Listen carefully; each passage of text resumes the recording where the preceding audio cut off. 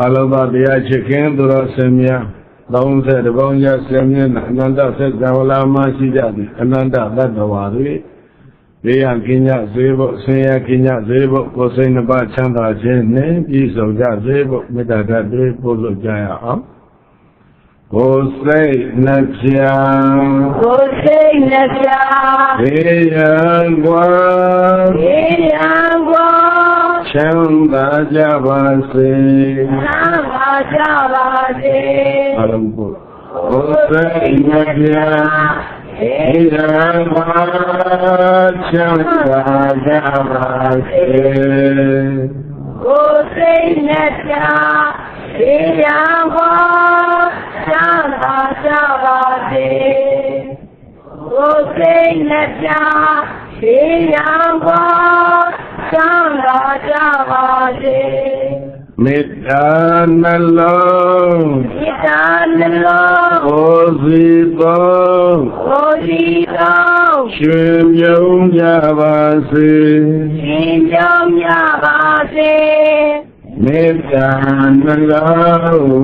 Ozito, Shimyong Javase,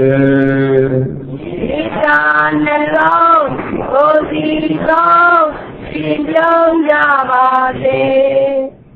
Itanalo, Ozito, Shimyong Javase, Mitayandu, Itayandu, Sodamu, Sodamu, Apu Kemase, Apu Kemase, Mitayandu,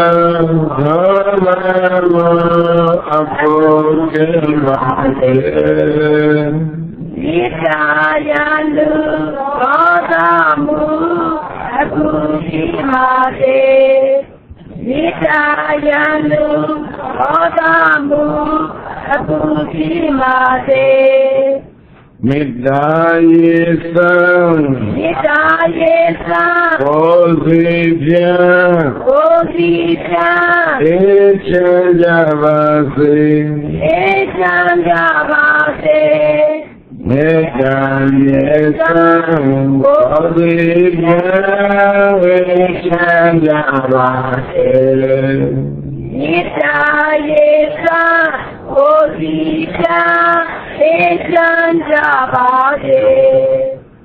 Midayesan, Ozidyan, Echanjavase,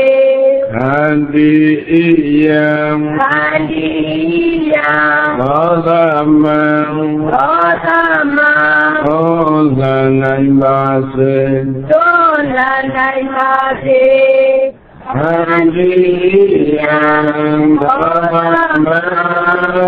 Ozanaimase, Kandiya, Rosama, Solanaimase, Kandiya, Rosama, Solanaimase, Kandinalo, Simbo,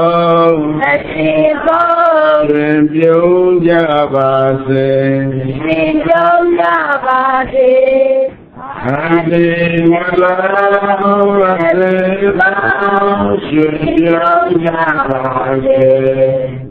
Kandinalo, Simbyong Javase, Kandinalo, Simbyong Javase, Domita Swam, Abalwam, Yenchan Javase, Domita Swam, Yenchan Javase, Domita Swam, Abalwam, Yenchan Javase, Domita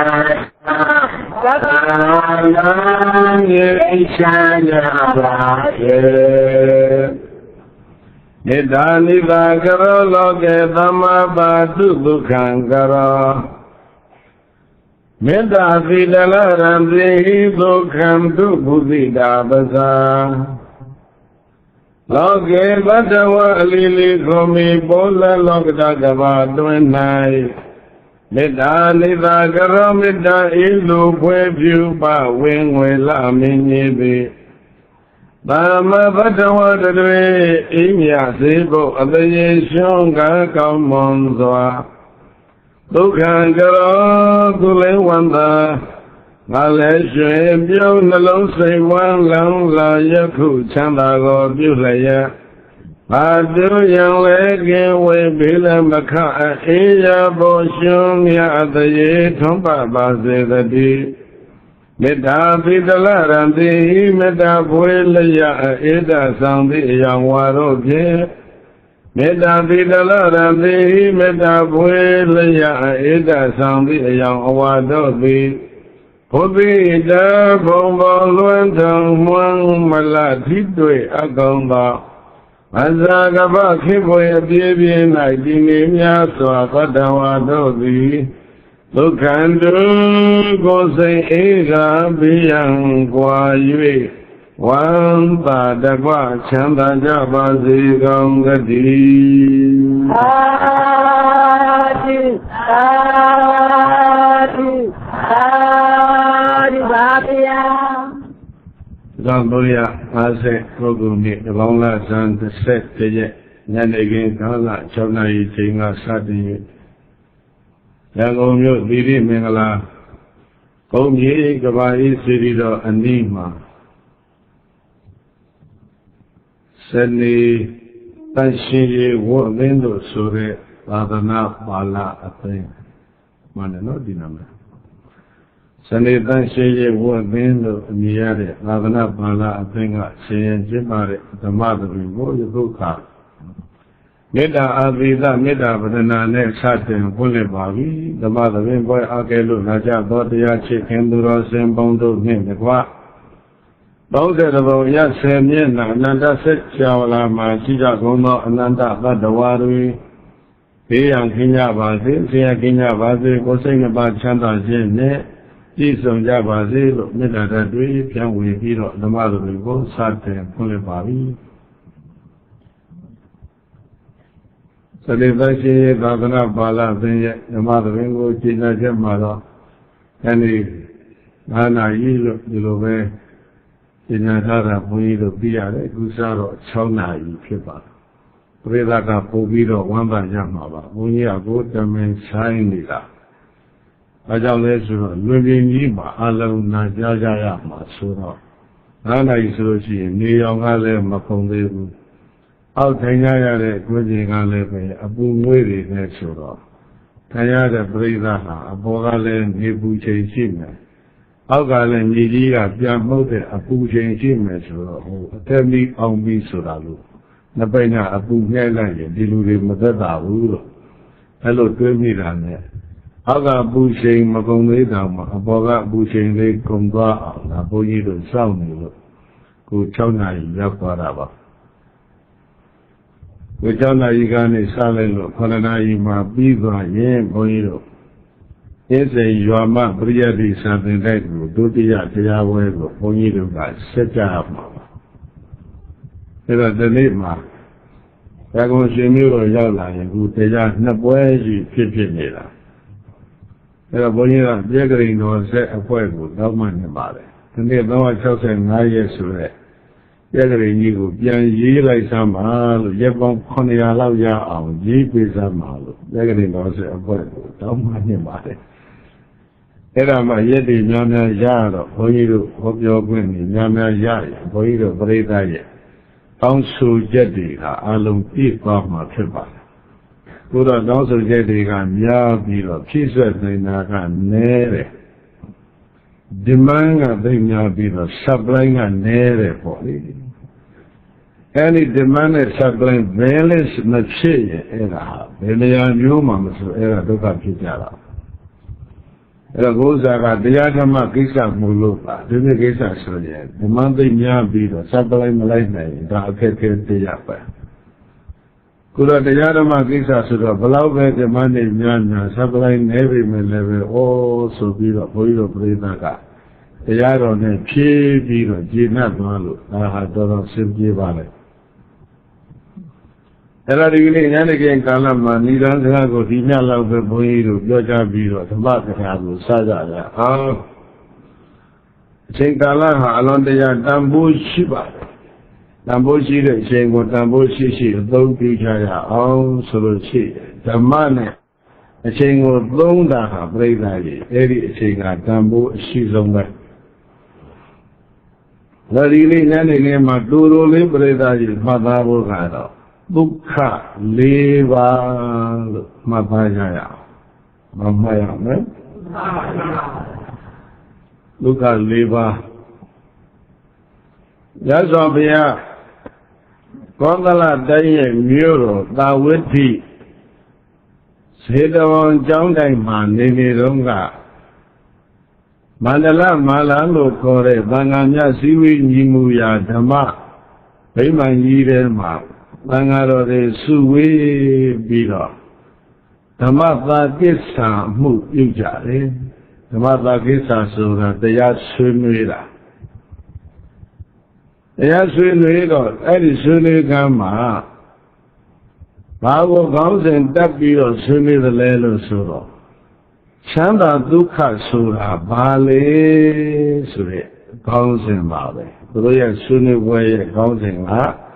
ဘာလဲပြိဿကြီးwhat is happiness ဆိုပြီးတော့ဘင်္ဂါရရှင်မြတ်တွေရဲ့ဒီ discussion board ညနေပိုင်းဆွေးနွေးပွဲလေးမှာဓမ္မယုံနဲ့မှတိုင်ပြီးတော့အလွတ်သဘောဆွေးနွေးကြတာ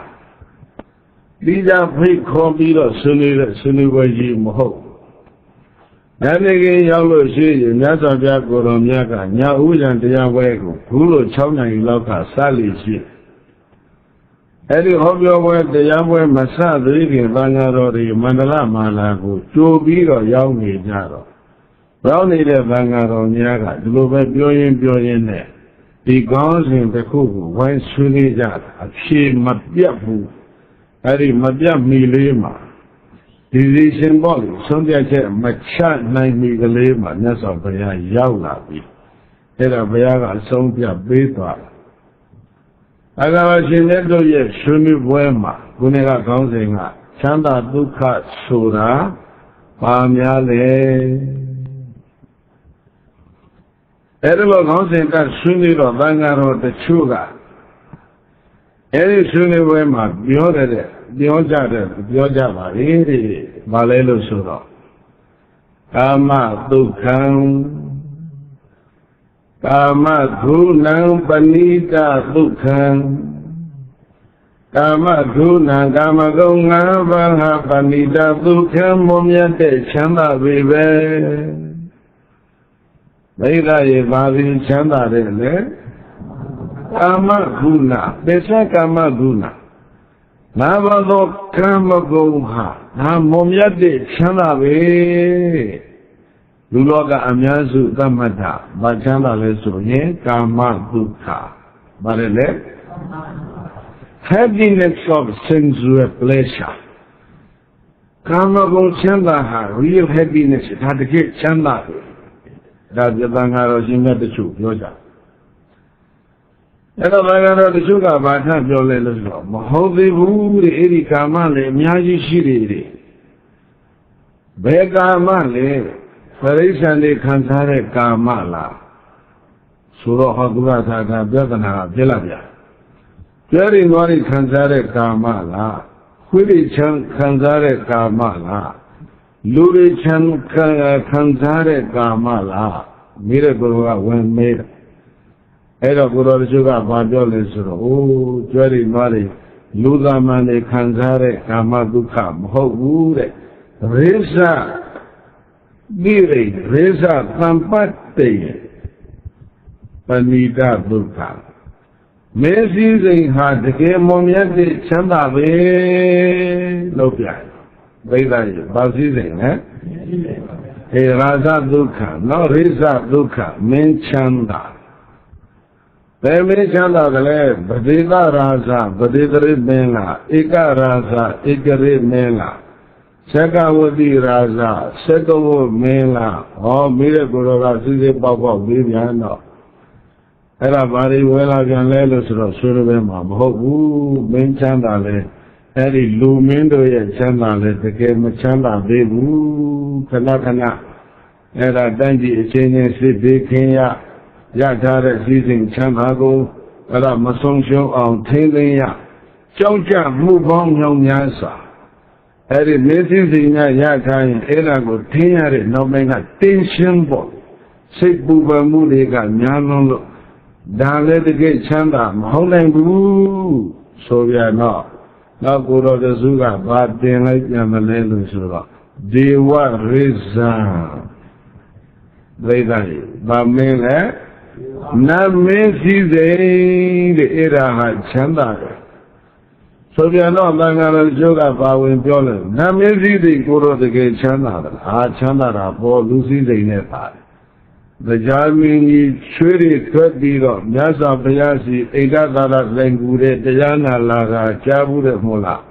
ကြားဘူးကဘောဟာအဲ့ဒါဆိုနတ်စည်းစိမ်ချမ်းသာသလားနမိတ်၅ပါးတင်တရားချွေးကိုပြန်နာပဲစည်းစိမ်လက်လို့ရတော့မယ်ဆိုတော့အများကြီးပဲနတ်ဒီအဲ့လိုဒုက္ခရောက်ပြီးတော့ဘုရားစီဆင်းဆင်းလာပြီးတော့တရားနာကြတာလေဟာအဲ့ဒါဆိုလို့ရှိရင်နတ်မင်းစည်းစိမ်လည်းမချမ်းသာဘူးဗြဟ္မစည်းစိမ်ဘောဆိုပြောကြပြန်တော့ဓမ္မစည်းစိမ်ပါနဲ့ရနိုင်တယ်ဇန်နဲ့ရအဲ့ဒီဇန်တတိကုံတော့ဓမ္မစည်းစိမ်မဆုံးရှုံးဘူးလားအာဆုံးရှုံးတာပေါ့ဒါဆိုလို့ရှိရင် what is real happiness ချမ်းသာအစစ်ဟာဘာလဲဆိုတော့အမျိုးမျိုးပြောပြီးတော့သူတို့ဆုံးဖြတ်ချက်မကြကြဘူးညနေပိုင်းမင်္ဂအစည်းအဝေးမှာနော်ဘယ်မှာဖြစ်တာလဲအဲ့ဒီဆွေးနွေးပွဲဟာဘယ်မှာဖြစ်တာလဲဒီတဲ့ကံကိုဘုန်းကြီးတို့ကဧကသမယနဲ့မရောတော့ဘုန်းကြီးတို့ပရိသတ်ကမမှတ်မိဘူးရောနေရင်လည်းခြေကမရှိဘူးသာဝတိပြေမောစေတော်အကြောင်းမြတ်စွာဘုရားနေတော်ကာလညနေစဉ်ဓမ္မသဘာမှာသံဃာတော်ဒီဒုက္ခအကြောင်းဆွေးနွေးကြတယ်ဒါတန်းစီပြီးတော့ဗမာလိုပြောပါဧကံသောလယဘဂဝါသာဝိသိယံဝိဟရတိစေတဝနိအနာထာပိဏိကသာအာရမိပရိသတ်ရုံနဲ့လည်းတော့အချင်းသိမ့်ကြည့်နောက်တစ်ပွဲကြံသေးတယ်အဲဒီလိုဆွေးနွေးနေတော့မှမြတ်စွာဘုရားကြွားတော်မူလာတယ်ကြွားလာတော့ဘုရားမြတ်စွာကသံဃာတော်ရှင်မြတ်တွေဘုရားလေးဝင်လဲလာရောဆုံးဆုံးကအိုးနဲ့ပြောနေတဲ့အသံမိဟာငြိမ်သွားတယ်ဘုန်းကြီးမလာခင်တော့ကဒီပရိသတ်လည်းစူးနေတာပဲဘုန်းကြီးဝင်လာတော့မှဒါကဥသိအောင်ကអော်လိုက်တော့မှအကုန်လုံးငြိမ်ကြသွားတာပေါ့နော်အဲ့တော့သံဃာတော်တွေရဲ့ဆွေးနွေးပဲဘုရားကြွလာငြိမ်သွားတော့ဘုရားကသိနေတဲ့သံဃာတော်တွေဆွေးနွေးနေကြတာအဲ့တော့မြတ်စွာဘုရားကမေးတယ်ကာယနုထဘေကဝေဣတရဟိကထာယအတဏိသိဏဒါတို့ယခုငါပြကြွလာတဲ့အခါသင်တို့ဘယ်အကြောင်းဆွေးနွေးနေကြတာတော့ဒုက္ခအကြောင်းဆွေးနွေးကြပါတယ်ဗျာဒိဋ္ဌိဘာအကြောင်းလဲအကြောင်းဆွေးနွေးကြပါချမ်းသာဒုက္ခအကြောင်းဆွေးနွေးကြတယ်ဆွေးနွေးပုံလေးပြောပါအောင်ဆိုတော့မှဘုန်းကလိုပဲချမ်းသာအစစ်ဟာဘာလဲတကယ်ချမ်းသာဟာဘာလဲဆိုတာကိုတပည့်တော်တို့အဲ့ဒါဆွေးနွေးကြတာဗျာ။တိုင်းအဲ့ဒါဆိုရင်အဖြစ်ပေါ်ရဲ့လားဆုံးဖြတ်ချက်ဘာညာလဲဆိုတော့ဘုရားတပည့်တော်တို့ဆုံးဖြတ်ချက်မကြဘူးဗျာ။အဲ့ဒီအချိန်မြတ်စွာဘုရားကြွတော်မူလာတာပါပဲ။အဲ့ဒါကြောင့်ဒီအဖြစ်လေးကိုမြတ်စွာဘုရားများဆုံးဖြတ်ပေးရင်တော့ဒီကနေ့ဓမ္မသာကိစ္စဝိုင်းဟာဒါအစဉ်ပြေသွားမှာပါ။မင်္ဂလာတရားတော်မှာလည်းကာလီနဓမ္မသာကိစ္စဧတမင်္ဂလာမௌတ္တမငိုးဗျနော်သင်လျော်တဲ့ခါများဆွေးနွေးရခြင်းသည်ဘာဖြစ်တဲ့လဲappropriate discussion about the Dhamma it is the highest blessing ကိုဆွေးနွေးမင်္ဂလာဆိုတော့ကိုဒီကနေ့မျက်မှောက်ခင်းမှာတော့ဆွေးနွေးပွဲဆိုတဲ့ဥစ္စာဟာငင်းခုန်ပွဲပဲများတယ်တကယ်ဆွေးနွေးတဲ့အပိုင်းကနင်းပြီးတော့ညီညာခုံညရောအဲ့ဒီပွဲလည်းပြီးသွားတယ်တယောက်မျက်နှာတယောက်သိပြီးပြမကြည့်ကြတော့ ဒီလိုဖြစ်သွားတယ်ဘုန်းကဇင်းတော်နဲ့တန်ဃာတော်တို့ရဲ့ဆွေးနွေးပွဲကတော့အဲ့ဒီလိုမဟုတ်ပါဘူးတဲ့ပြိဿာဘုရားရှင်ကြွလာမေးတဲ့အခါမှာဘုရားရှင်ရဲ့အမေးကိုတန်ဃာတော်တွေဒီတိုင်းပြေးတော့ဘုရားမြတ်စွာကဂိုင်းဒါဆိုရှိရဲ့စေတတို့နားထောင်ကြဆိုပြီးဗုဒ္ဓဘာသာဓမ္မပလင်တက်ပြီးတော့ဘုရားမြတ်စွာကအဲ့ဒီဆွေးနွေးပွဲမှာဒုက္ခ၄ပါးဆိုတာကိုပြောပါတယ်ဒုက္ခဗုဒ္ဓနာမုပ္ပန္နောဒုက္ခသတ္တမဒေသနာဒုက္ခသံဃပပမေတိသမက္ခဏံတပောဒုက္ခတဲ့ဒုက္ခဗုဒ္ဓနာမုပ္ပန္နောဒုက္ခသတ္တမဒေသနာဒုက္ခသံဃပပမေတိသမက္ခဏံတပောဒုက္ခဘိက္ခဝေယနုညဥจิตတံတော်ဗုဒ္ဓနာဘုရားရှင်ကိုယ်တော်မြတ်တော်ဤဥပ္ပါတော်ဖြစ်ထွန်းပေါ်ပေါက်၍လာခြင်းသည်ဒုက္ခချမ်းသာတစ်ခုပါပဲရဲ့လို့သာသနာတော်ဆရာဖြစ်တော်မူသောဘုရားရှင်ကိုယ်တော်မြတ်၏ပထမရှိဥစွာသောဒုက္ခချမ်းသာတစ်ပါးကိုဧဝံဤသို့ဒေဝတိကရုဏာရှင်သမေတ္တာအရှင်ဟောကြားတော်မူလိုက်ပါပေတည်းသာဓုသာဓုသာဓုပါဗျာလောကမှာဗုဒ္ဓရှင်တော်တို့ပွင့်တော်မူကြခြင်းသည်လောကကြီးအတွက်ချမ်းသာတစ်ပါးပဲတဲ့ဘိဓိပထမချမ်းသာကလောက၌ဗုဒ္ဓရှင်တော်တို့ပွင့်တော်မူကြခြင်းမများလဲလောက၌ဒုက္ခဗုဒ္ဓနာမုပ္ပါသောအရာဒါကိုဘုဒ္ဓပါဒဒုက္ခလို့ခေါ်တယ်ခေါ်ကြည့်ကြပါဗုဒ္ဓပါဒဒုက္ခအလုံးပြန်ခေါ်ဗုဒ္ဓပါဒဒုက္ခပါဗျာဘုနောက်ကလူတွေကြားတာအတန်တိတ်ပြီးတော့မကြားဘူးတင်လို့ပါအဲ့ဒီကလာပြောရမလားဗုဒ္ဓပါဒဒုက္ခပြန်ပြောဗုဒ္ဓပါဒဒုက္ခပါဗျာ Happiness is the rising of the Buddha ဘုရားအဆူဆူတို့ဝတ်တော်မူခြင်းဘုရားတဆူလေးကိုမပြောဘူးဗုဒ္ဓနံဆိုတဲ့ဘဟုဥကိန်းနဲ့လာတယ်ဗုဒ္ဓနာဘုရားရှင်ကိုယ်တော်မြတ်တော်ဤအောက်မှာတော့ပွင့်သွန်းပေါ်ပေါက်၍လာခြင်းသည်သူကိုချမ်းသာစင်စစ်တကံဖြစ်တယ်ဘုရားဆူဆူတဲ့ပွင့်ခြင်းဟာလောကရဲ့ချမ်းသာတစ်ပါးပဲအနည်းဆုံးဘုရားတဆူပွင့်လို့ရလာတဲ့အကျိုးကျေးဇူးကဘာလဲလို့ဆိုရင်ပြိဿကြီးအနည်းဆုံးလေးကိုပြောမယ်လူသားတွေရဲ့ဘဝအဓိပ္ပာယ်ပြည့်စုံသွားမပြည့်သွားလေလူသားတွေရဲ့ဘဝရဲ့အဓိပ္ပာယ်ဟာပြည့်စုံသွားပါဗျာ The meaning of a mankind လူဆိုတဲ့အဓိပ္ပာယ်ဟာဘာဖြစ်လဲပြည့်စုံသွားလူဆိုတဲ့စလုံးကိုပါဠိစာပေမှာဘာခေါ်လဲဆိုရင်မနုဿခေါ်ကြည့်မနုဿပါဗျာမနတဘုတ်ဥဒ္ဒတဘုတ်နှစ်ပုတ်ပေါင်းတာမနတလုံးနဲ့ဆိုလို့ရှိရင်အသိလို့အဓိပ္ပာယ်ရတယ်မှန်ပါဗျာမနတလုံးနဲ့ဆိုရင်ဘာလဲအသိလို့ပဲရပါဘူးဥဒ္ဒနဲ့တွဲလိုက်ဆိုတော့မနုဿဆိုတော့အသိရှိတဲ့သတ္တဝါနော်မှန်ပါဗျာမနုဿဆိုတော့ဘာလဲလဲအသိရှိတဲ့သတ္တဝါပါဘာသိလားဟဲ့ဘလောက်သိတယ်သိတာလေးပါးတွေမြတ်ကြီးရှင်ပါးတွေနိဗ္ဗာန်တရားတွေကသိနေလုံးနဲ့ထားလိုက်အောင်မှန်ပါပြိဿကြီးဘလောက်ကြီးကလေးလို့ဆိုလို့ရှိရင်အနည်းဆုံးပေါ့လေပါပုံညာဘာလဲပဲပါပုံညာပါဗျာပါပုံညာမကောင်းလို့နဲ့ကောင်းလို့ဒီနှစ်ခုကိုမနတိဇာနာတိတိသိတတ်တဲ့အတွက်ကြောင့်မို့လို့မလုံတော့လူသားခေါ်ရင်ဘာနဲ့မှသိမှမကောင်းမှုကိုလည်းသိရတယ်ကောင်းမှုကိုလည်းသိရတယ်အဲ့ဒီအသိရှိတဲ့သတ္တဝါမျိုးကိုဘာခေါ်လဲမနုဿအဲ့ဒါဘဝရဲ့အဖြစ် လူရဲ့အဓိပ္ပာယ်နော် မှန်ပါဗျာ ဒါအနည်းဆုံးပဲအဲ့ဒါလည်းမြင့်မြင့်လေးမြင့်အောင်ကုသိုလ်အကုသိုလ်တို့ဟုတ်လားစိတ်စေတသိက်ရုပ်တို့သစ္စာ၄ပါးတို့မြင့်လိုက်အနည်းဆုံးတော့ဒါတော့သိရအဲ့ဒီလောက်မှမသိရင်အဲ့ဒီတတော်ဟာလူဆိုတဲ့စရင်နဲ့မဝင်ဘူးတဲ့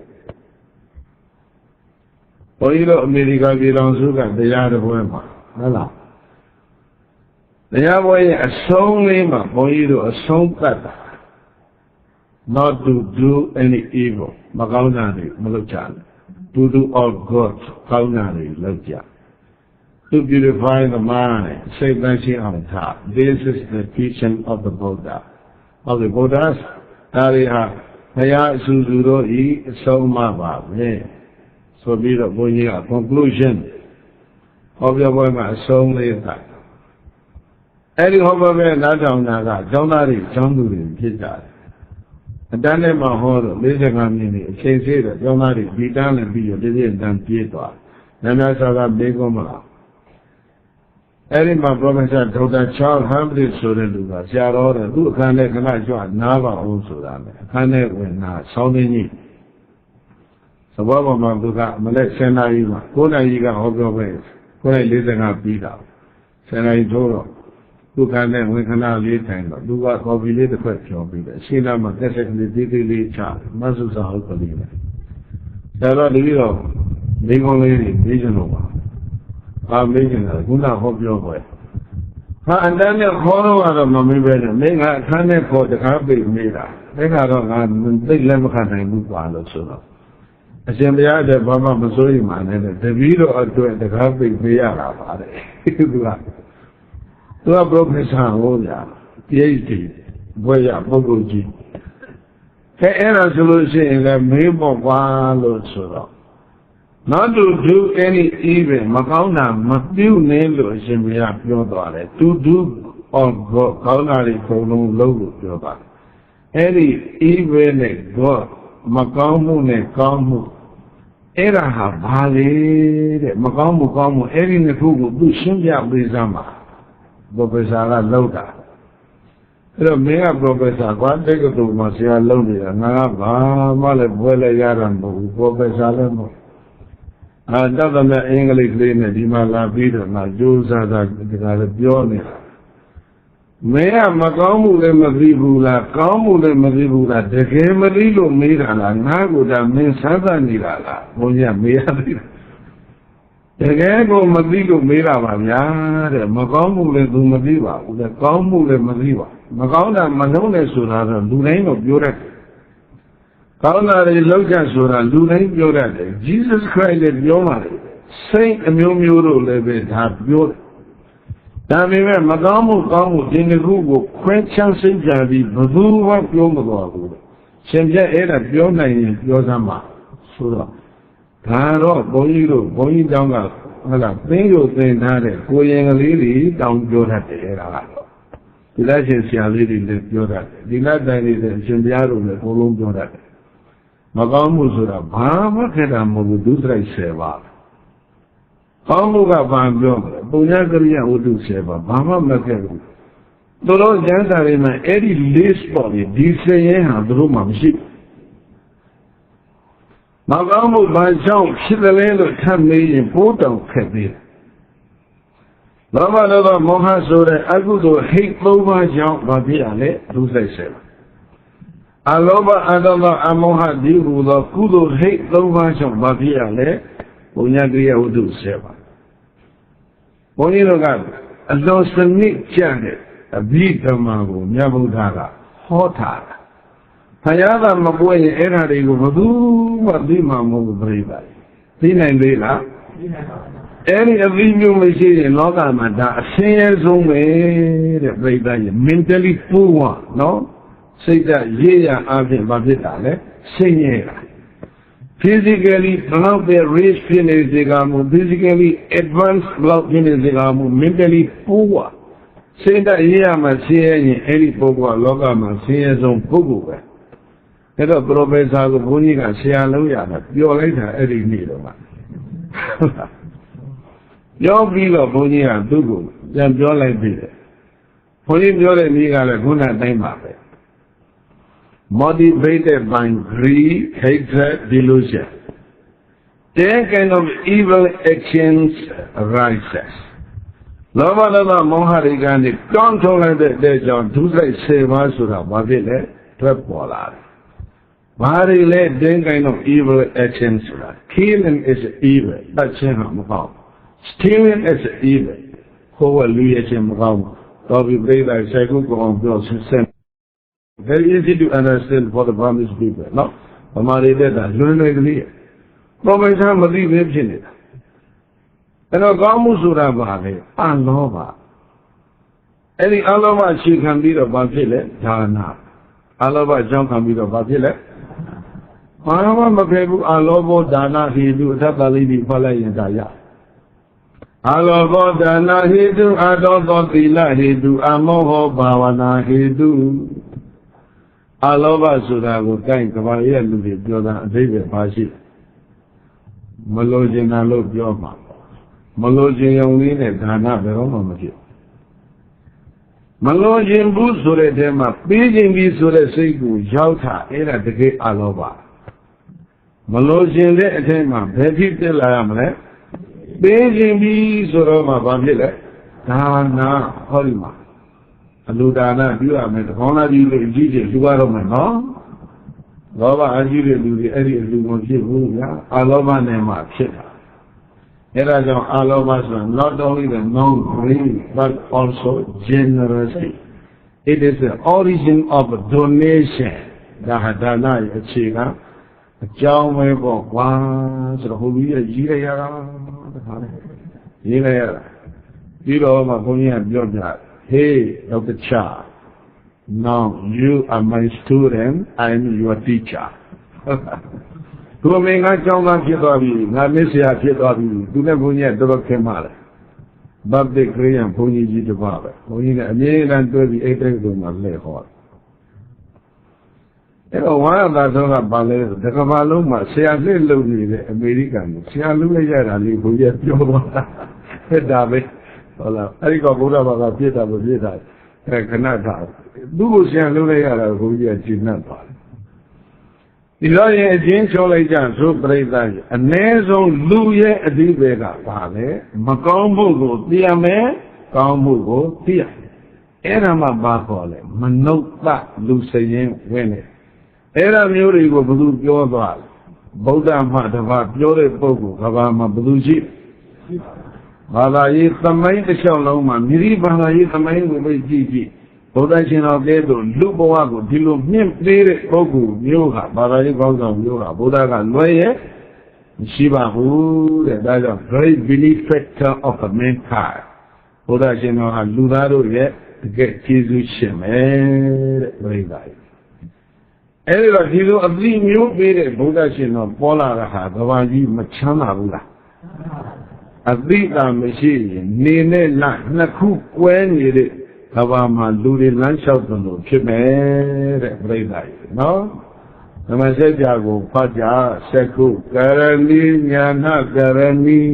ဒါတွေလောက်သွားတာဘုရားရှင်တော်ကဘာတွေလောက်သွားလဲဒါတွေလောက်သွားတာစက္ခုကရဏီကိုဘာသာမပြန်တတ်ဘူးလားမျက်လုံးပြီးသွားတယ်ပေါ့ဗျာရှင်းရှင်းလေးဒီလေဘာပြီးသွားလဲဘာမျက်လုံးလဲဆိုတော့နောက်စလုံးဆက်ဖတ်တော့ညာနာကရဏီဒါဖြင့်ဘာမျက်လုံးလဲအေးမျက်လုံးရှိတဲ့ကဘာမှာမျက်လုံးပေးတဲ့ဘုရားအသိမရှိတဲ့ကဘာမှာအသိဉာဏ်ပေးတဲ့ဗုဒ္ဓပေါ်လာတာဟာကဘာကြီးအတွက်ဘာဖြစ်လဲအမောမြတ်ဆုံးသောချမ်းသာတစ်မျိုးပဲအဲ့ဒီအသိမရှိရင်ကဘာမှာသိဆင်းရဲပြီတဲ့ပြိဿကြီးဒီလိုလေးမှတ်ချနော်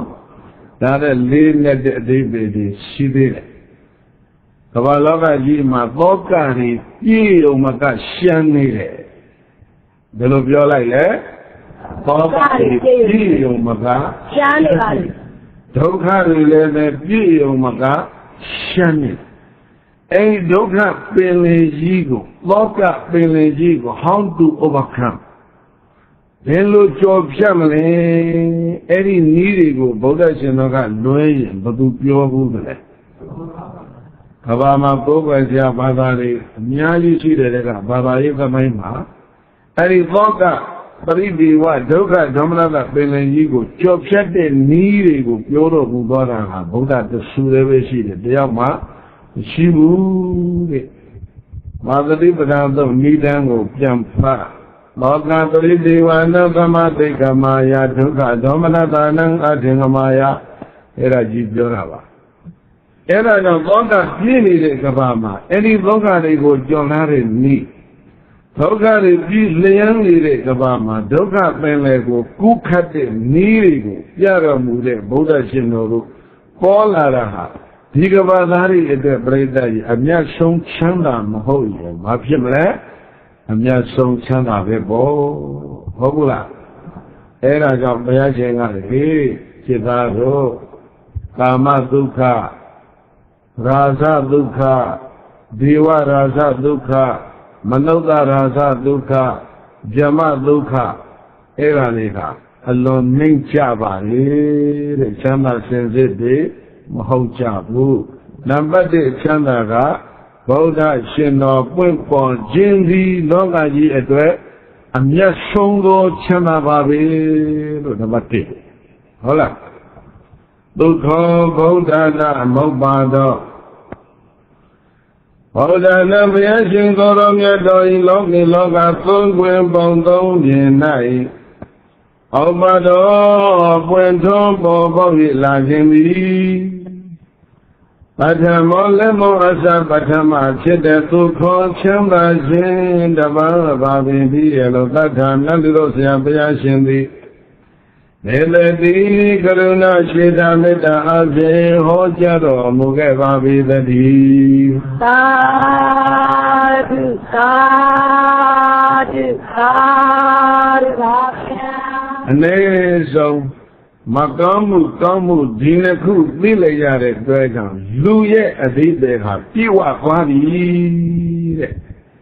မကောင်းမှုကောင်းမှုနှစ်ခုလောက်မှပြီးခွင့်မရလို့ရှိရင်ဒီလူတွေကစားဖို့အိပ်ဖို့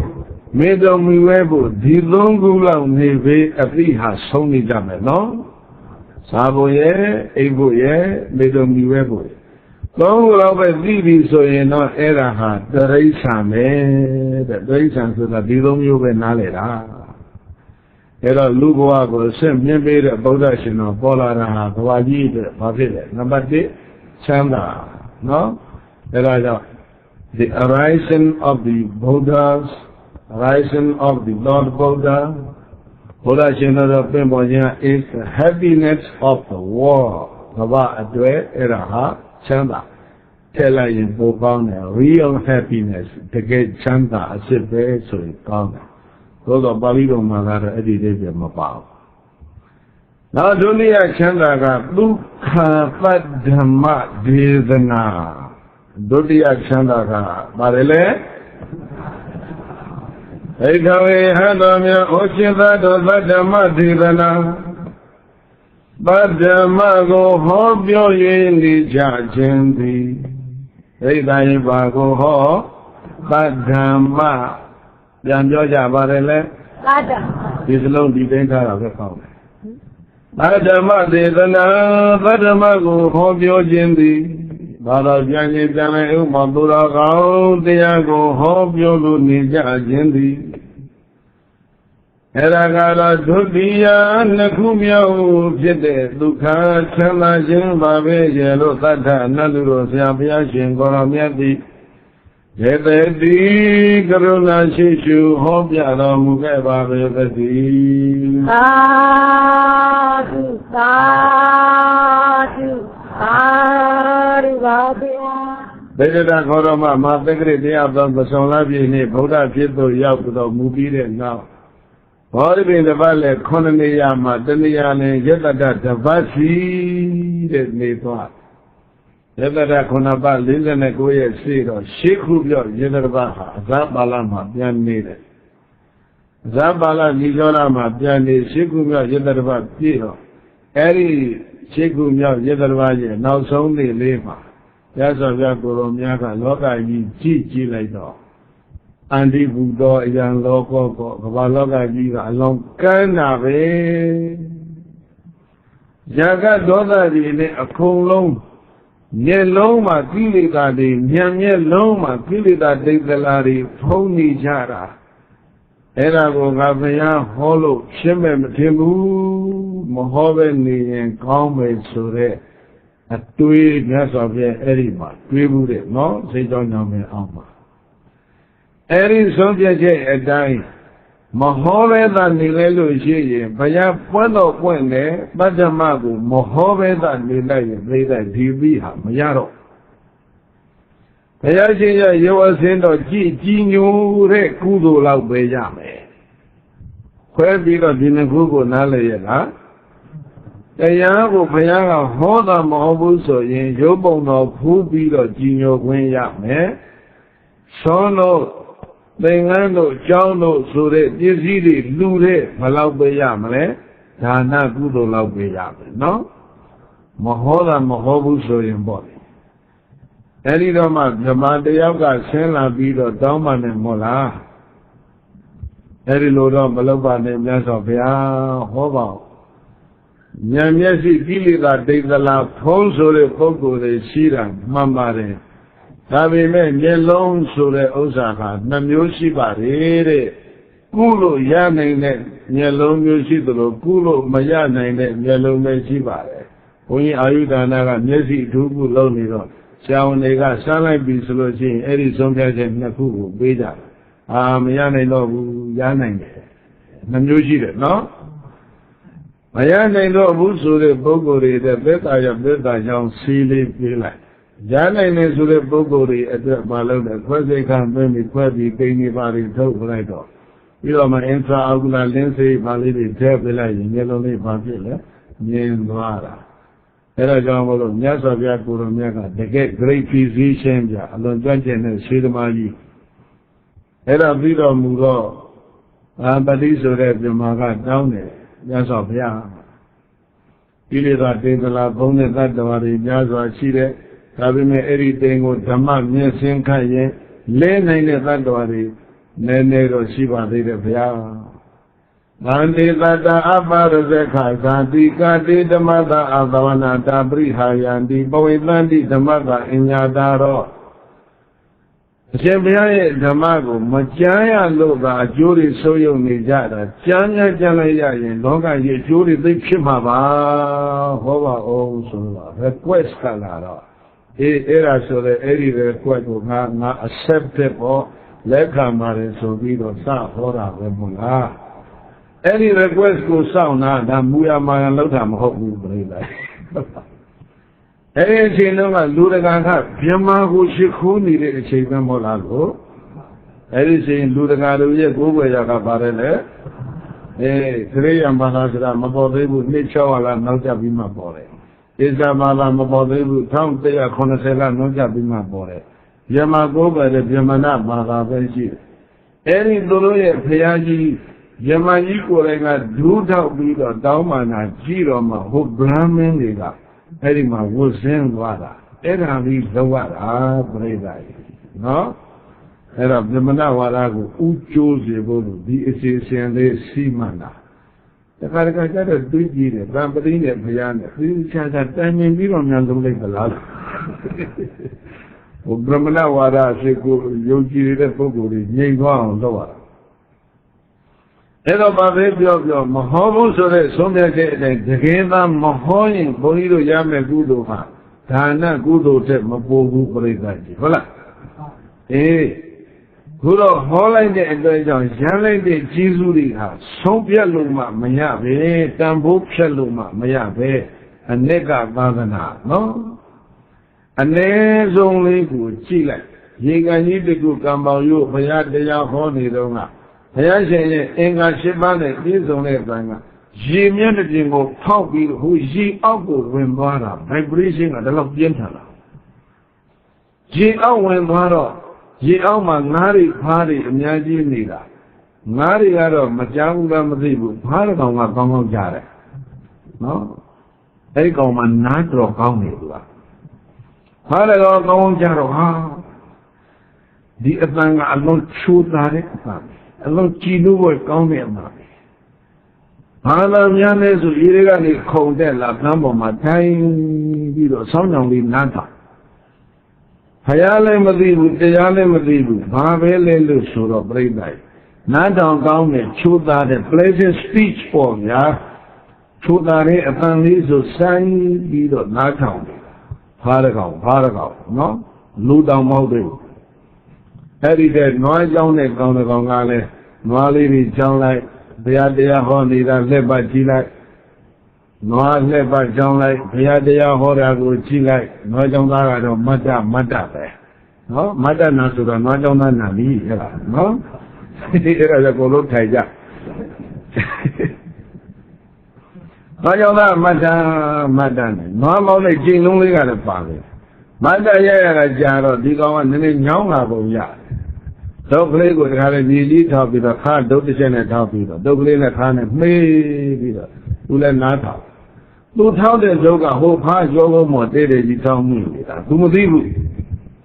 ငါကြောင့်သာလေးပဲတရားနာတယ်နော်ဖားကလေးတစ်ကောင်နဲ့တရားနာတယ်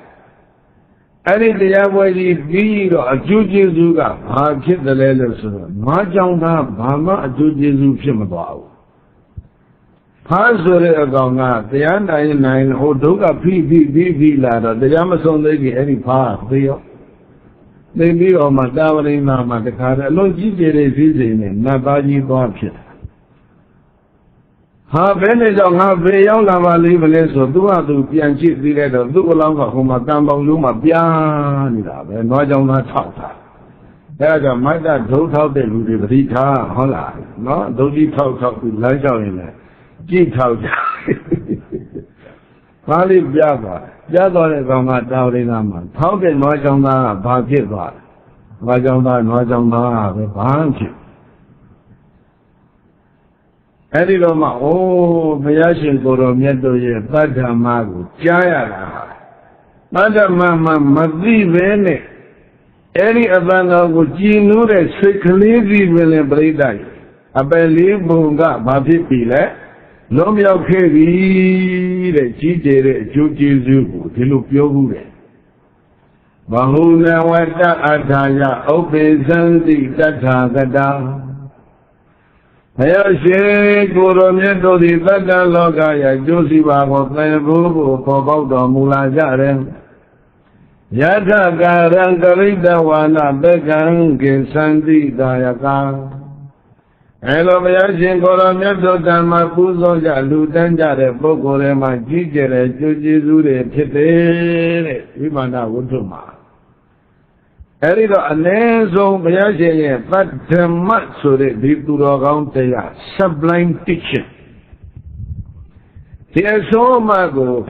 တကယ်အသိစိတ်နဲ့ဉာဏ်နဲ့ရှင်းရတာနားလည်ရမယ်ဆိုလို့ရှိရင်ပြိဿရဲ့သစ္စာဆိုတဲ့အမှန်တရားသိပြီးတော့နိဗ္ဗာန်ထိသွားတယ်နော်အသိဉာဏ်မရှိတဲ့နဲ့ကြည်နူးတဲ့စိတ်ကလေးနဲ့နားထောင်တာတောင်မှဟောဒီကာမဆဲတဲ့ပုံထဲမှာသူကတိဆိုတဲ့ဘဝမျိုးမှာကောင်းကျိုးပေးသေးတယ်တဲ့။ဘာရဲ့အကျိုးကျေးဇူးလဲဆိုရင်ပတ္တမဒေသနာရဲ့အကျိုးကျေးဇူး။ဘာရဲ့အကျိုးကျေးဇူးလဲ။အဲ့ဒါကြောင့်ပတ္တမဒေသနာဒုက္ခဆိုတာနာရရဲ့သိချမ်းသာတယ်တဲ့ကဘာကြီးမှာဟုတ်လား။ဒုက္ခပတ္တမဒေသနာ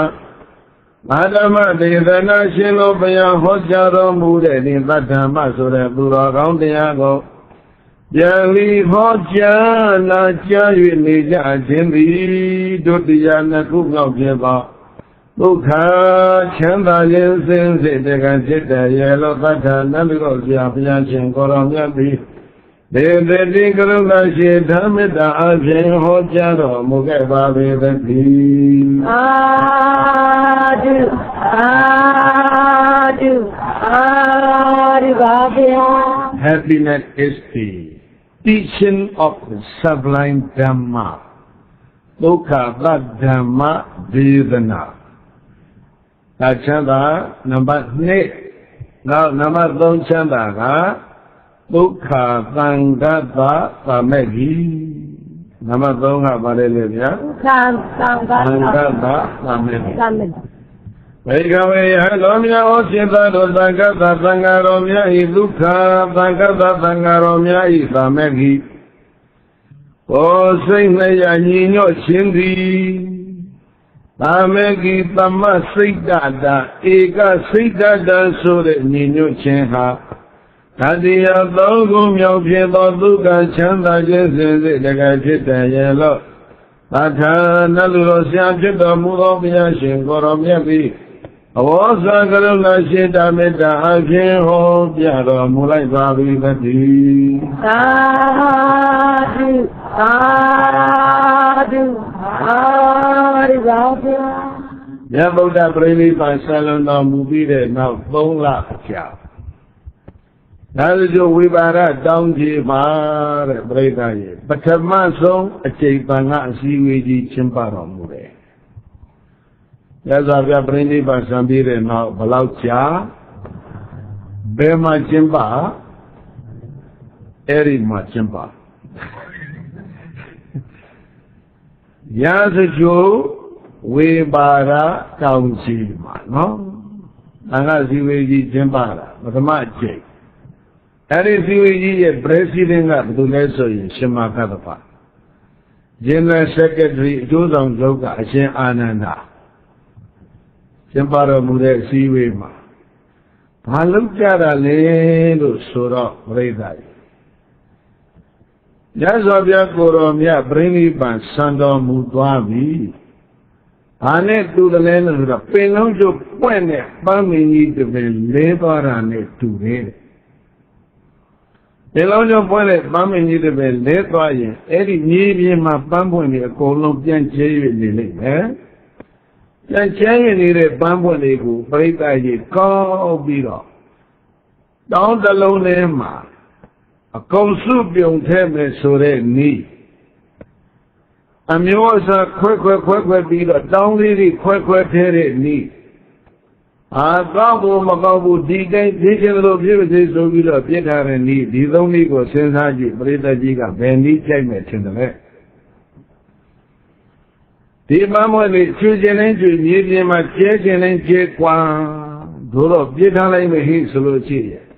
Only I money has sweet people, bookworm, no?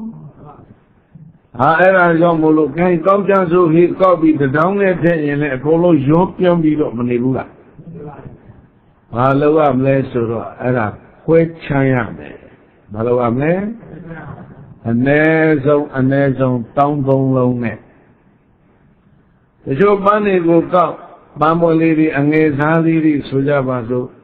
down the long net, the down at Mammo and a Mama Elasa down the long head. Mama Jesus down the long head, and there's on down and alone. Malon Lochin Lola Hola. Hero my 800 was in it that truly in a free like that Kajano. Mangeza Bangomia, Jesus Bangomia, Lasa Bangomia, Lala Papa, Sanitary Bangom lady, Miyabula. Era Luba, Banga, Sividiga, Simon Sanyeto, Muja. Hayashin Koromia deal of pumping Giga. There's an only long Pondo Mugere, the map Bam Buen Bauha, Shedon Lidon Bungere, Bia, Shimakadaba, the Yote. Era the go long go beater. Don't long let day beater, do ya, bum beater, 3 gong java, so down by the long head.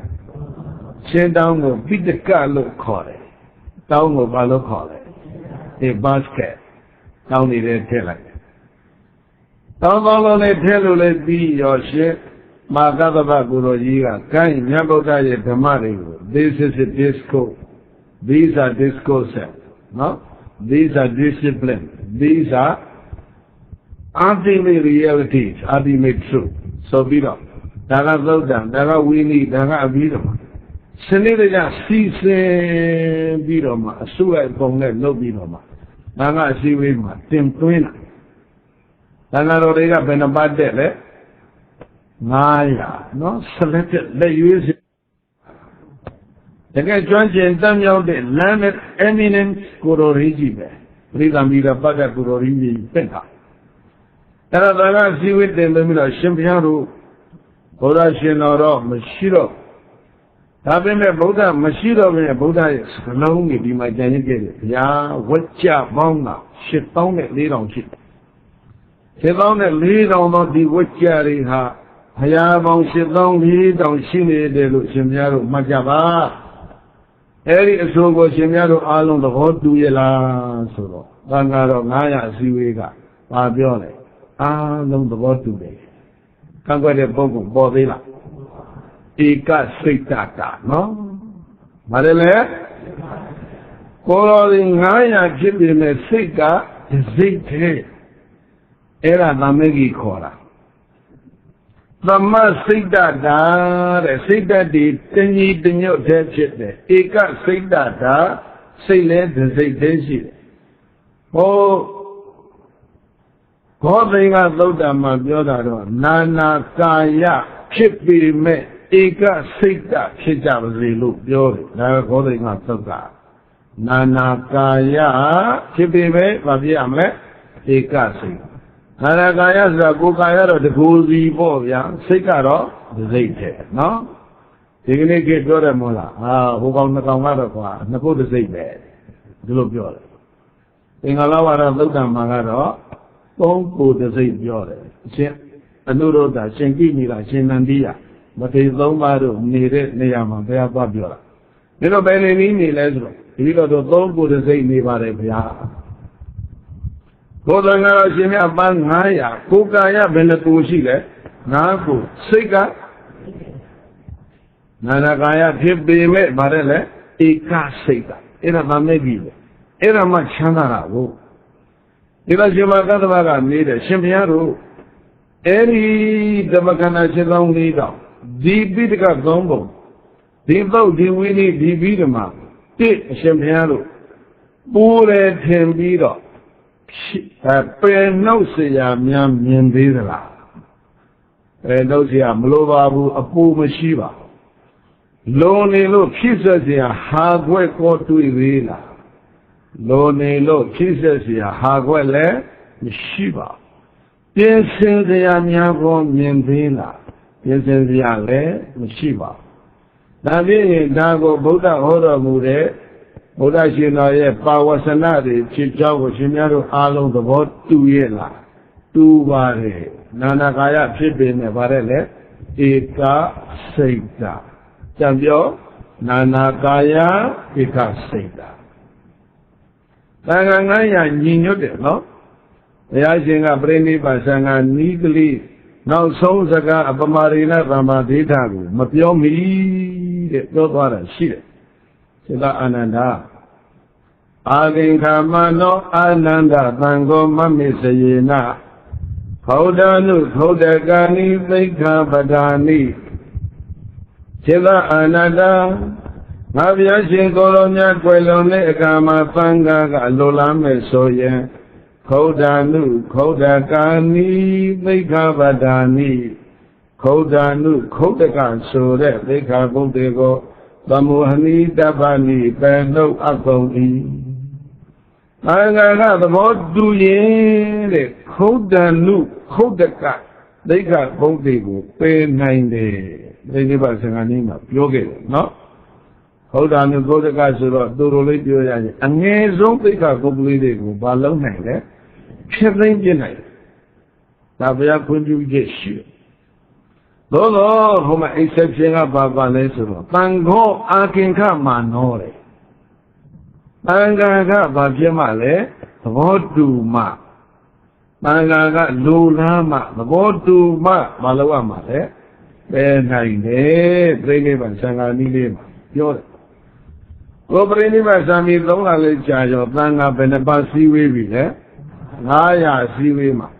အဲ့ဒီစကားရကိုထက်သွင်းဆွေးနွေးကြတယ်ဘုရားဒီလိုမိန့်သွားတယ်အငယ်စားသိက္ခာပုဒ်လေးတွေကိုဖြတ်သိမ်းပြနိုင်တယ်လို့ပြောပါတယ်ရှင်ပြတို့ဖြတ်သိမ်းကြမှာလားဆိုတော့မလုပ်ပါနဲ့ဗျာတဲ့ပြိဋိဘံဆံလုံးမှာ3လပဲရှိသေးတယ်ဟိုကဖြုတ်ဒီကဖြက်မလုပ်ကြပါနဲ့ ဟိုကပြည့်သိမ့်ဒီကပြင်လိုက်ဟိုကနှုတ်လိုက်ဒီကပယ်လိုက်လုံးလိုက်ဟိုဘက်ကဒိဋ္ဌိတွေကထောင်ထလာလိမ့်မယ်တဲ့ညဇောပြမပွင့်မီတရေကိုကဒိဋ္ဌိခြုံရောက်ကပြိဿကြီးရာဇဂိုမှနေရာယူပြီးသားရခြင်းကိုယ်တော်မြတ်ပြိဋိဘာစံတဲ့အချိန်မှဒိဋ္ဌိဝါဒတွေအာကောင်းစေပဲရှိသေးတယ်အဲဒါကြောင့်မို့လို့ပေတာတွေနှုတ်တာတွေဖြစ်ဆက်တာတွေရှင်များတို့မလောက်ကြပါနဲ့ဆိုတော့သံဃာတော်ရှင်မြတ်တို့ကဘယ်ကိုယ်တော်ကအဲ့ဒါကိုတတ်ပြီးတော့မရဘူးကိုယ်တော်ဟွာတော့နှုတ်မယ်တရားတော့နှုတ်မယ်တတ်ပြောတဲ့ကိုယ်တော်ရှိသလားအင်္ဂတပါမဲ့ကြီးနော်အဲ့ဒါနဲ့ဒီကနေ့ဘုန်းကြီးတို့လက်ထဲမှာဘာတွေကြံရခဲ့တယ်ညဇောပြခြင်းဟောတော်မူတဲ့မူရင်းကြကြတန်တန်ရှင်းရှင်းဖြစ်သောသုတ်ရောဝိနည်းရောဘိဓမ္မာရောဒီကနေ့အထိဟလာဆရာစင်ဆက်သက်လာတာဟာအဲ့ဒီမတိကြီး900ရဲ့ပထမကျင့်စည်းဝေးရဲ့သဘောတူညီချက်ကြောင့်ဒါတွေကိုမူရင်းအတိုင်းရအကယ်၍အဲ့ဒီအစည်းဝေးတွေကိုကသံဃာမင်းကြီးပြိဿကြီးသွားပြီတဲ့မူရင်းမရတော့ဘာချမ်းသာလဲအာမေကြီးချမ်းသာတဲ့ဘာချမ်းသာလဲဒုတိယရှိသံဃာစည်းဝေးကိုဘုရားပရိနိဗ္ဗာန်ဆံပြီးနှစ်100အကြာဝေသာလီမှာကျင်းပတယ်တတိယရှိသံဃာစည်းဝေးကိုဘုရားပရိနိဗ္ဗာန်ဆံပြီး236နှစ်ကြာတဲ့အခါပတ္တနာမှာကျင်းပါတယ်သရုတ်တရှိသံဃာစည်းဝေးကိုဘုရားပရိနိဗ္ဗာန်ဆံပြီးနှစ်450ကြာတဲ့အခါပိဋိလကနိုင်ငံမာတလိမှာကျင်းပါတယ်ဒေသမရှိသံဃာစည်းဝေးကိုဟောသရုတ်တရှိစည်းဝေးနဲ့ဒေသမရှိစည်းဝေးကြားမှာနှစ်2000လောက်သင်္ဃာယနာမရှိဘူးမန္တလေးရတနာဘုံရှင်မျိုးတော်ရောက်တော်မှာသာသနာနှစ်2400မှာဒေသမရှိသံဃာစည်းဝေးကျင်းပ2400ကျက်သာဓမခြေသံဃာစည်းဝေးကိုသာသနာနှစ်2500ပြည့်တဲ့အခါမှာဟောဒီကဘာကြီးကုန်းကြီးဒီရိပင်္ဂလာကုန်းကြီးကဘာကြီးစတိတော်နာကလိုင်ကူကြီးထဲမှာကျင်းပါတယ်နေပေါင်း2500ခကြီးတစ်ချောက်မှာသံဃာစည်းဝေးကြီးပေါင်းဘယ်နှကြိမ်6ကြိမ်လို့တိုင်တိုင်ကျင်းပတဲ့သံဃာစည်းဝေးကြီးကဒီသုတ်တန်ဒီဝိနည်းဒီအဘိဓမ္မာကိုပြိဿရဲ့ပြင်ဆင်ခြင်းချီးဆွဲခြင်းပယ်နှုတ်ခြင်းများဘယ်နှခါလုပ်ခဲ့ဘူးလဲသံဃာစည်းဝေးကြီး6ကြိမ်တို့ကအကျဉ်းချင်းထပ်မှန်၍ဘာလို့အဲဒါကြောင့်မို့လို့ဒါကိုဘာခေါ်လဲဆိုလို့ရှိရင် originally maintaining လို့ခေါ်တယ်မူရင်းအတိုင်းထိန်းလာတာဘာကသမက်ဂိတာမရရင်ပြိဿကြီးပြင်းပြီတဲ့ပရမသံဃာယနာတွေကပြင်းပြီဟောနှုတ်ဒီအားနှုတ်လုပ်ပြီဒုတိယသင်္ဃာယနာမှာသေရဝါဒနဲ့မဟာသံဃိကကွဲသွားတာကိုဘုန်းကြီးတို့ပြိဿကြီးကြည့်ကြည့်လိုက်မြောက်ပိုင်းကျတော့ပြင်သွားလိုက်တာတိဘက်ကပိဋကနဲ့တရုတ်ပိဋကမတူဘူးတိဘက်တရုတ်ပိဋကနဲ့ကိုရီးယားပိဋကမတူဘူးတိဘက်တရုတ်ကိုရီးယားပိဋကနဲ့ဂျပန်ပိဋကမတူဘူးမာယာနာတိုင်းပြည်ကဘယ်နှတိုင်းပြည်ရှိပိဋကလည်းပဲအမျိုးမျိုးပဲဘုန်းကြီးတို့ဒေသဝါဒနိုင်ငံက9နိုင်ငံရှိတယ်ပိဋကသုံးပုံက9နိုင်ငံစလုံးမှာတစ်မျိုးတည်းပဲဘာကြောင့်လဲသံဃာအာမေကြီးကြောင့်ဒီကျိုးကျေးဇူးကိုရတာတဲ့ဟုတ်လားဘာချမ်းသာလဲအာမေကြီးဒုက္ခပြောဘာချမ်းသာလဲအာမေကြီးဒုက္ခပါ Happiness is the unity of Sangha သံဃာဤညီညွတ်ခြင်းသည်သိပြီးတော့ချမ်းသာပဲတဲ့ဟုတ်လားသံဃာသံမေကြီးသံဃာဘုရားရှင်ကိုရောမြတ်ရဲ့ရင်ကဖွာတဲ့သမုဒိအရိယသံဃာနှမျိုးစလုံးရဲ့ကိုယ်စိတ်နဲ့ညီညွတ်၍နေကြခြင်းသည်တတိယသုံးခုမြောက်ဖြစ်တဲ့ဒုက္ခချမ်းသာခြင်းစင်စစ်တကယ်ဖြစ်တဲ့ရဲ့လောသာဓာနလောဆရာဖြစ်တော်မူသောဘုရားရှင်ကိုရောမြတ်သည်အဝေါသကရုဏာရှိတာမေတ္တာအပြင်ဟောပြတော်မူခဲ့ပါပေသတည်းသာဓုသာဓုပါဗျာဟောနမလေးကြတော့ပြိဿရဲ့သမိုက်ကာနံတပောဒုက္ခဘေကဝေယံတို့မျိုးခြေသာတို့သမက်ကလည်းကိုယ်စိတ်နဲ့ညီညွတ်ကြတဲ့လူတို့ဤရှင်တို့ဤလူညီညွတ်တဲ့ပုဂ္ဂိုလ်ရဲ့အလှုပ်ဟာတကယ်ချမ်းသာ ရှင်တို့ညီညွတ်လည်းပဲရှင်ဟန်တို့ရဲ့ညီညွတ်မှုကြောင့်ဖြစ်လာတဲ့လုပ်ငန်းတွေဟာချမ်းသာဒီနေရာမှာသမက်ကဏ္ဍတပေါ်နဲ့တပေါ်ဆိုလို့ရှိရင်ပြိတ္တိုင်အဲ့ဒါအချင်းကြီးသွားပြီးတော့အဲ့ဒါလောက်တဲ့စိတ်ဆိုင်ပြီးတော့ဒီလိုမတွေးနဲ့တပတ်ဆိုတဲ့ပုဂ္ဂိုလ်ဒီနေရာမှာဘုန်းကြီးတို့ကတော့လုပ်ငန်းရဲ့အလုံးကိုဒီလိုဆိုခြင်းအမေကဏ္ဍညီညွတ်သောပုဂ္ဂိုလ်တို့ဤတပေါ်ပါလေလေလုပ်ငန်းနော်ဘာလုံးမလဲသမဏဓမ္မံကာတောယဟန်တရားကိုကျင့်ကြံအထုခြင်းဆိုတဲ့လုပ်ငန်းဗုဒ္ဓဝဆနံပရိယပုဏိတောရသော်ပြစကားတော်ကိုသင်ပြပို့ချခြင်းဆိုတဲ့လုပ်ငန်းဒီတစ်ခုကြားလိုက်ရင်အလုံးပြီးပြီဘာနဲ့ပါလဲပရိယတိနဲ့ပฏิပတ်တိနော်သမဏဓမ္မံကာတောယဟန်တရားကျင့်ကြံခြင်းဆိုတဲ့ဒီအလုပ်နောက်တစ်ခါပါလေဗုဒ္ဓဝဆနံပရိယပုဏိတောဘယဝဖိတကကိုသင်ကြားပို့ချခြင်းဆိုတဲ့ဒီလုပ်ငန်းသာသနာ့တန်ယဟန်တော်များအတွက်ဆိုရင်တည်းရဲ့ခါဒီနှလုပ်ပဲအဲ့ဒီလုပ်ငန်းနှစ်ခုကိုပါခေါ်လေတပခေါ်တာထိုင်ပြီးတော့တရားအထုတာတစ်ခုလေးကိုသွားမတွေ့နဲ့နှစ်ခုစလုံးဟာတပဗုဒ္ဓဝဆနံပရိယပုဏိတောဆိုတာပါအဲ့ဒါကြောင့်ခြုံလဲလို့ရှိရင်ပရိသတ်ကြီးရဲ့ဘာများလဲလို့ဆိုတော့ the works of the united sangha the conducting of the united sangha ညီညွတ်တော်မူကြတဲ့သံဃာတော်ရှင်မြတ်တို့ရဲ့အလုပ်တွေဟာဘာဖြစ်လဲသာသနာနဲ့တိုင်းပြည်အတွက်တကယ်ချမ်းသာတယ်တဲ့နမေကာနံ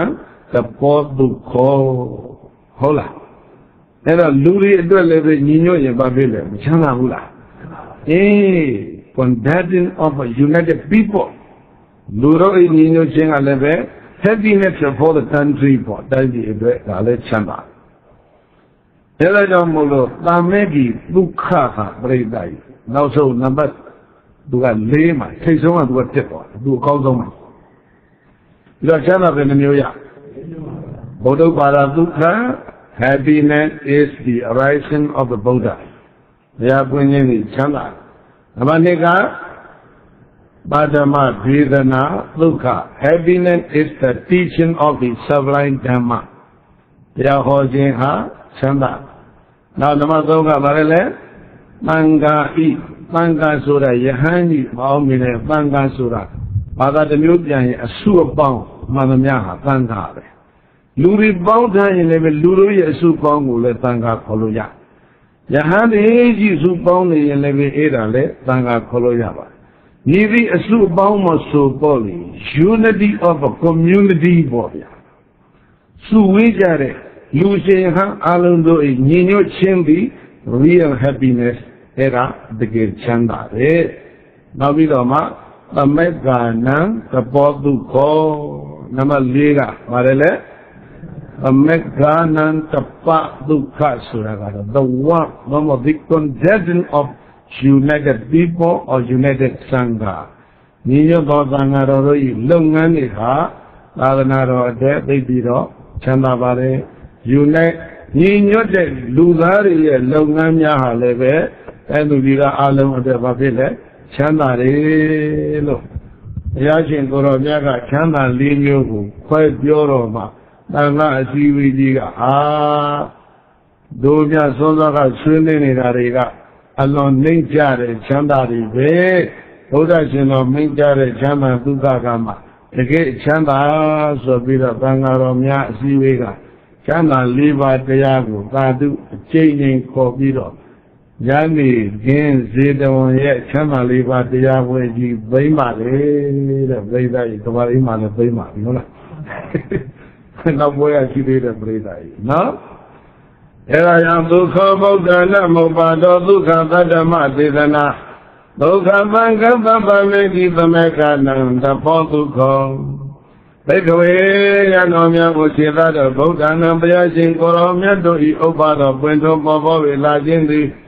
လောကသောလောကကြီးတစ်ခုလုံးအတ္တပထမောဒုက္ခရှိဥစွာဖြစ်ရတဲ့ချမ်းသာ